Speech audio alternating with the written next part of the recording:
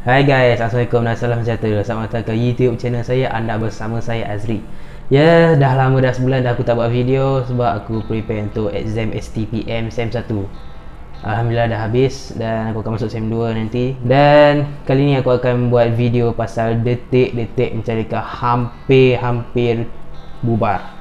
Kalau korang main dalam bank, korang mesti akan ada masa hampir berpecah ataupun memang berpecah.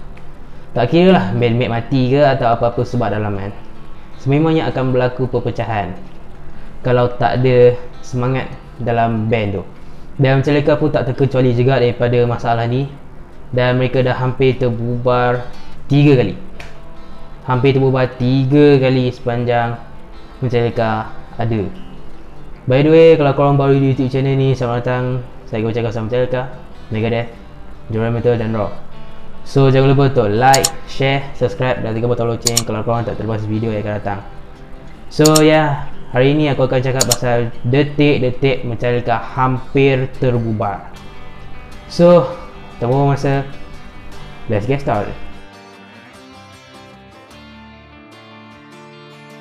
Nombor 1, kematian Cliff Burton. 27 September 1986, Metallica kehilangan Cliff Burton, bassist Metallica, akibat kemalangan bas di Sweden masa World Tour untuk Master of Puppets, iaitu Damage Inc. Tour. Cliff meninggal di tempat kejadian dan Lars, James dan Kurt semua memang agak murung masa tu. Dan setelah pengumuman Cliff, seminggu kemudian, Metallica pernah terfikir untuk bubarkan Metallica. Mereka rasa macam tak boleh teruskan kalau tak ada Cliff. Tapi disebabkan oleh sokongan keluarga Cliff, iaitu Ray Burton dan Janet, dan juga semangat Cliff dalam Metallica, Metallica tetap terus hidup sampai sekarang. Shortly after his funeral, we all decided Cliff would be the last one to say, let's give up. That pissed him off, immensely. We had to keep going because it was the only thing we knew. We talked about it and we wanted to keep the spirit of Cliff Burton alive and well in Metallica, and to stop Metallica would to stop that spirit. Dan tempat Cliff digantikan oleh Jason Newsted setelah sebulan selepas kemalangan. Aku akan ceritakan pasal audition Jason dalam video yang akan datang. Stay tune, aku akan buat. Dan Jason kekal dalam Metallica selama 14 tahun dan keluar pada tahun 2000 dan juga 2001. Nombor 2, 1992, James Hetfield, Montreal, Canada. Ok, maybe ada yang tak tahu kot pasal ni. Tahun 92, masa tu Metallica dengan Guns N' Roses tour sekali. Metallica untuk Black Album, dan Guns N' Roses masa tu Use Your Illusion 1 dan 2 album mereka. Dan masa tu daripada kat Montreal, Canada, di Stadium Olympic Montreal, Canada. Dan masa Metallica tengah perform, masa Fade to Black inilah terjadi. James Hetfield hanya main Fade to Black bahagian rhythm, dan bandmate masa tu macam biasa, memang semua ok, tak masalah. Dan bila pas dah habis Kurt solo, James dia tersalah langkah dan dia terkena api pyroteknik. Dia disambar habis, satu badan dia kena.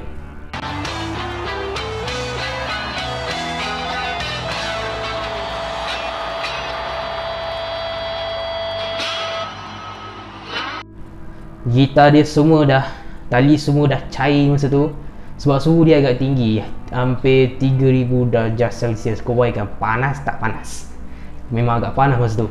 Dan James agak cedera, agak teruk juga. Dia hilang rambut sebelah, misai sebelah, jambang sebelah. Dia kulit sini terbakar darjah 2, dan kat sini boleh nampak tulang dia, nampak isi dalam. Kau bayangkan sampai macam tu sekali.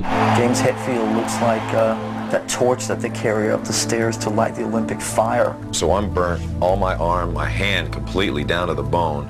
The side of my face, hair gone, part of my back. I said, "You all right, man?" He looked at me and he was shaking, and he brought up his hand, and I could literally see the skin rising off his hand and blister. We see some guy come up and dump him with water and then cover him. Well, that felt great for a second. Then I looked down and watched the skin just rising and things going wrong. Total confusion, and adding to the mix, 50,000 people. This is in Montreal, French speaking everywhere. You're trying to explain what's going on. Can we get to a hospital, please? A hospital, yes. And his skin is bubbling like on the Toxic Avenger. They're calling, for an ambulance, and the security guys are kind of walking around, and the one guy bumps into my hand, I remember, and I just lost it. I screamed, I punched him right in the nuts. And I'm going, oh my God, it's over. Oh my God, our band is done. Lars took the stage to calm the disturbed and agitated crowd. There was an incident with the pyrotechnics. Unfortunately, James is on his way to the hospital right now, and we're very sorry, but we can't continue the concert for you guys tonight. This is pain I've never felt in my whole life. And it won't go away.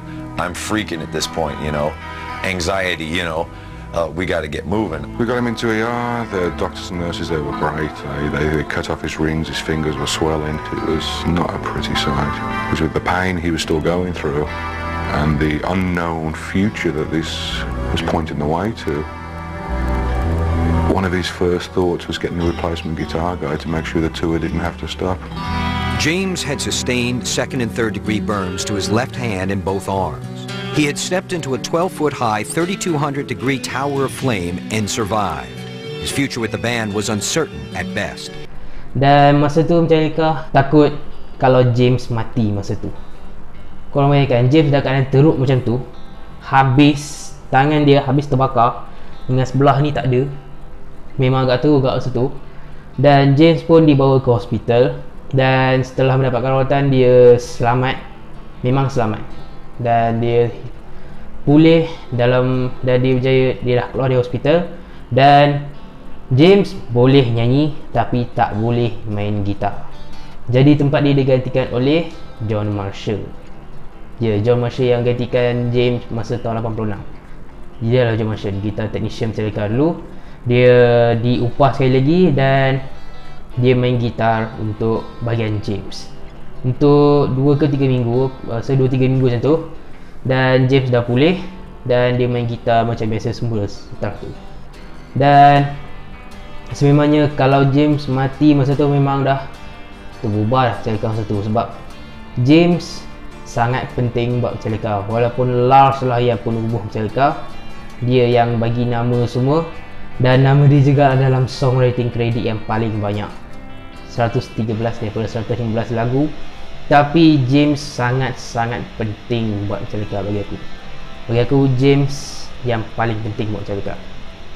Serius, tak ada siapa boleh gantikan James. Ok, nombor 3, Jason Newsted keluar dari Metallica dan zaman Sid Angle. Tahun 2000-an awal sangat-sangat teruk buat Metallica. Sangat-sangat teruk. Bermula dengan Case Snaps. Aku akan ceritakan pasal Case Snaps ni nanti dalam video lain, stay tune. Aku akan ceritakan. Dan Jason keluar dari Metallica setelah tak tahan. Dia dah gaduh dengan James, dengan Kurt. So dia buat usaha untuk keluar dari Metallica sebab dia dah tak tahan. Dan bila Jason keluar ni lah macam-macam gaduh jadi. Dengan Lars sebut, He fucking left the band! He fucking left the band! Dengan Lars dan James gaduh, macam-macam lah kena. Lepas tu dengan James masuk rehab. Dan sememangnya zaman 2000 hingga 2003 memangnya bagi aku sangat-sangat teruk buat Metallica. Sebab Metallica masa tu dah macam dah tak ada semangat. Masa macam dah tak ada semangat. Rasa macam dah tak ada semangat lepas Jason keluar dari Metallica. Sebab itulah bassist ni bagi aku menyatukan band. Tak kira lah band apa sekalipun, kalau bassist ada, dia yang menyatukan. Dan tahun 2003 Robert Trujillo masuk dalam Metallica. Dan Metallica terus kekal sampai hari ini. Dan Robert Trujillo lah bassist Metallica yang paling lama berkhidmat dalam Metallica. Korang kira sendiri dari 2003 sampai tahun ni 2021, korang kira sendiri berapa lama. Jason 14 tahun atau 15 tahun, Cliff 3 tahun saja, Ron McGovney setahun. Ya, Ron McGovney yang paling sekejap saja dalam Metallica. Dan kalau Robert tak masuk, kalau James tak masuk rehab, sememang Metallica akan terus bubar. Sebab masa James masuk rehab, memang tak boleh nak buat apa. Kurt dan Lars pun macam dah tak ada apa nak bincang dah. Habis macam tu, macam dah tak boleh nak buat apa. Tapi disebabkan James kuat masa rehab, James berjaya pulih dan kembali semula dalam Metallica setelah 6 bulan. 6 bulan dalam rehab, dan akhirnya bersama dengan Metallica sampai hari ini. Dan editionnya kembali, dan 2019 dia masuk lagi sekali. Tapi sekarang dia dah pulih, tahun 2020 dia dah keluar, dan sekarang dia dah segar, dia dah fresh, dia dah rasa happy semula setelah keluar dari rehab untuk kali kedua. So ya, itu sajalah untuk hari ini. 3 detik Metallica hampir terbubar. Korang suka yang mana? Detik-detik mana yang korang tak pernah tahu pun sebelum ni? Jika kau dapat, korang di komen, dan jangan lupa untuk like, share, subscribe dan tekan butang loceng kalau korang tak terlepas video yang akan datang. So ya, itu saja dari saya. Bye guys, see you guys in the next video.